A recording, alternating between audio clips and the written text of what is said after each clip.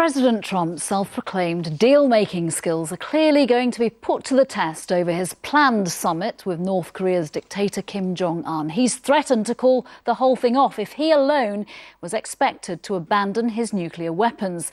This evening, though, President Trump kept up the pressure on North Korea for the summit to go ahead, saying he hadn't seen or heard anything to the contrary.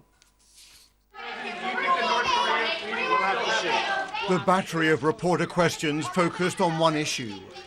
Is the president's prized summit with Kim Jong-un now in peril? We haven't seen anything. We haven't heard anything. We will see what happens. Whatever it is. Donald Trump suggested he had not been informed of any plan to cancel the Singapore meeting in June. We'll see what happens. We'll see. Time will tell. Morning, Sarah. Morning, Sarah. White House advisors said the president would not be intimidated or forced into concessions. Look, this is something that we fully expected. The president is very used and ready for tough negotiations. And if they want to meet, we'll be ready. And if they don't, that's okay, too. The North Korean statement made clear the country would not be forced into unilateral nuclear disarmament. And it hinted the most anticipated summit in decades is now in doubt. Until this announcement, with a series of masterful and highly symbolic diplomatic steps, Kim Jong-un had raised expectations of a dramatic breakthrough. That border summit with the South Korean leader last month, and his meetings with the US Secretary of State, were all part of Pyongyang's unexpected charm offensive. So too was the decision to release the 3 Americans being detained, a move that led Trump to praise the North Korean dictator. But US national security experts say Kim was never likely to agree to simply abandon the country's missile program or dismantle his precious nuclear arsenal without major concessions in return. Kim Jong-un has real priorities, and those are regime security, and nuclear weapons are a real part of that, or have been a part of that for decades. So the fact that he would simply show up in Singapore and say, here are my nuclear weapons, with getting nothing back, that simply wasn't a realistic outcome. As experts puzzle over Kim's precise strategy, John Bolton, one of the most hawkish figures in the administration, made a link with a previous nuclear deal that may have alerted Kim to the prospect of an American trap. I think we're looking at the Libya model of 2003, 2004. For Kim Jong-un, Libya and the fate of Colonel Gaddafi at the hands of an angry mob may be the best example of why not to surrender his nuclear weapons. The deal Gaddafi made did not save him. Joint US-South Korean military exercises will still go ahead as planned. For Seoul and for Washington, this is now a time for calibration, trying to show military strength and diplomatic resolve, but without blowing up the prospects for the summit.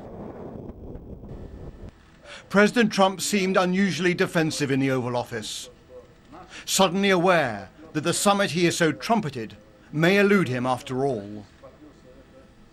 Back to Robert Moore in Washington in just a moment, but first to Debbie Edward in Beijing. Debbie, what's behind Kim Jong-un's tactics here, and will Beijing put pressure on him to go ahead with the summit? Well, this is a power play from Kim Jong-un. He's entering these talks with Donald Trump, viewing himself as an equal to the President of the United States. And as far as North Korea is concerned, they have been making all the goodwill gestures so far. They have signed that peace declaration with the South. There is evidence to suggest they've started dismantling their nuclear test site. And then we saw that release of those 3 American detainees last week. So this is a warning to President Trump that Kim Jong-un is not going to get around that summit table in Singapore without something in return. He's not going to give up his nuclear weapons with just the offer of economic support. They want a specific concession on sanctions, for example. The government here in Beijing will be urging Kim Jong-un to make it nothing more than a warning shot and to go through with that summit, because they are only too aware that if diplomacy fails on this occasion, President Trump has his military primed and ready to take things down a very different and dangerous path. Debbie, thank you. And Robert, the president has committed a lot of political capital to this summit, even talk of the Nobel Peace Prize. How does he end up looking if it doesn't happen now? Well, Trump's critics have often pointed out that what's unfolded over the last 24 hours is entirely predictable. I mean, as Debbie was alluding to there, there is almost no likelihood that Kim Jong-un is about to hand over his nuclear arsenal, his strategic crown jewels, his passport to regime survival. I think the problem for the president is bigger than that, though. It's, has he really understood and drilled down on the intricacies and the complexities and the long game that is a nuclear arms agreement? So the question isn't just will Singapore happen, but rather if it does happen in 27 days' time, is the president fully prepared for it? There is, of course, also the bigger parallel issue. This president has just walked away. He's just, frankly, violated the Iran nuclear deal. If the diplomatic opportunity, if the breakthrough that is represented by North Korea evaporates, then he, the United States, the world is looking at not one, but two nuclear crises coming down the track. Robert Moore, thank you.